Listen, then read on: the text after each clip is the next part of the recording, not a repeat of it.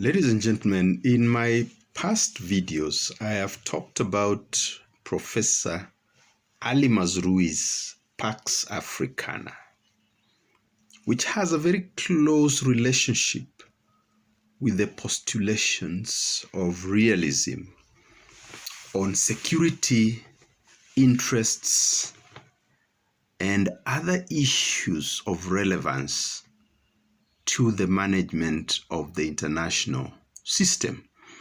And of course, to international politics as a whole. Now, if I may just revisit what Ali Mazrui said in his Pax Africana. Ali Mazrui said that Pax Africana means the peace of Africa is to be assured by the exertions of Africans themselves. Pax Africana postulates a triumph of continental jurisdiction and perhaps of racial sovereignty. By continental jurisdiction, Mazrui means that there are certain African problems which should only be solved by Africans themselves. Today I want to borrow from a very unlikely source. It is well understood that when Donald Trump was the president of the United States of America, he did express to the Europeans the need for them to pay for their security. Donald Trump was unhappy that through NATO, the USA was essentially subsidizing the security of Europe. Now, I need you to understand the theory of realism. Now, Mazrui's thoughts were very realist in orientation because Mazrui did call for the nuclear armament of Africa. Mazrui understood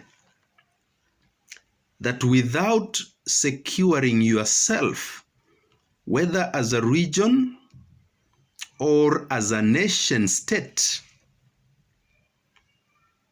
you cannot guarantee your interests in an international system that is characterized by anarchy.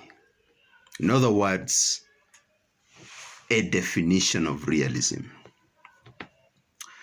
Let me take you back to just one of the principles that was espoused by Hans Morgenthau,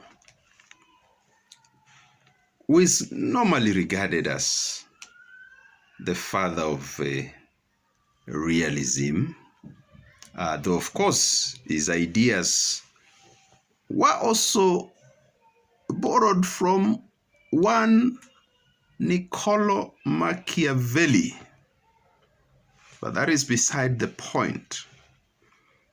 Now, in developing political realism, Morgenthau expounded 6 principles, and I'll just read one of them. Principle number 2 said, the main signpost that helps political realism to find its way through the landscape of international politics is the concept of interest defined as power. Now, one of the most important constituent elements of power is security. Whether you're talking about security of the nation state or whether you're talking about the collective security of a region. For example, the collective security of Africa, if Africa was to come together with the intention of guaranteeing its own internal security vis-a-vis other powers, and so on and so forth.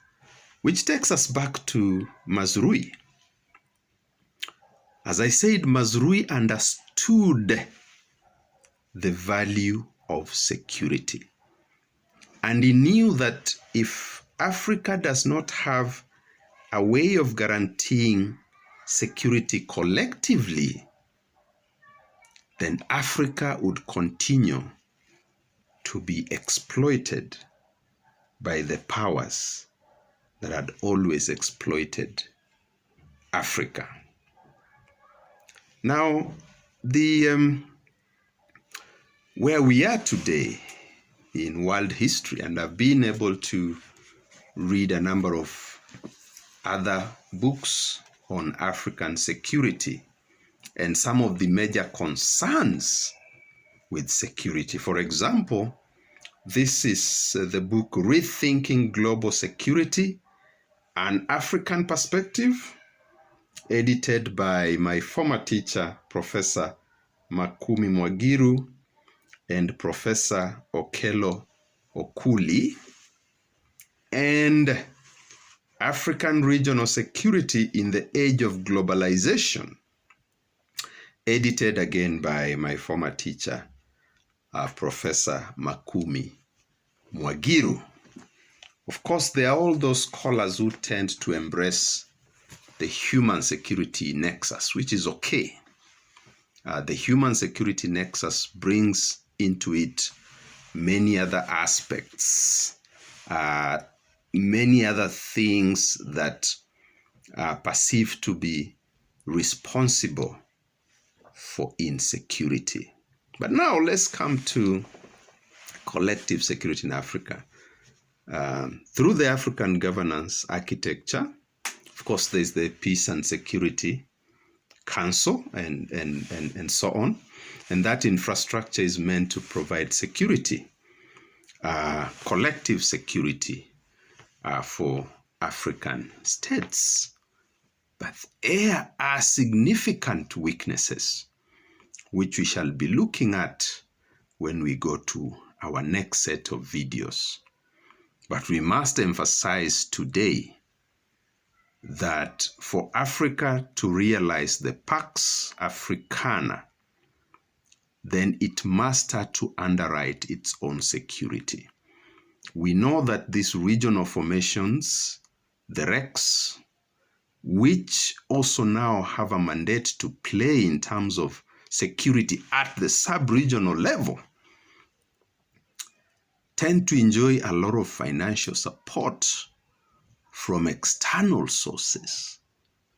We said last time that the AU headquarters itself was funded by the Chinese, and there were complaints about some of the things that could have been done by the Chinese. Of course, the truth of some of these allegations was never ascertained, but world politics is characterized by anarchy.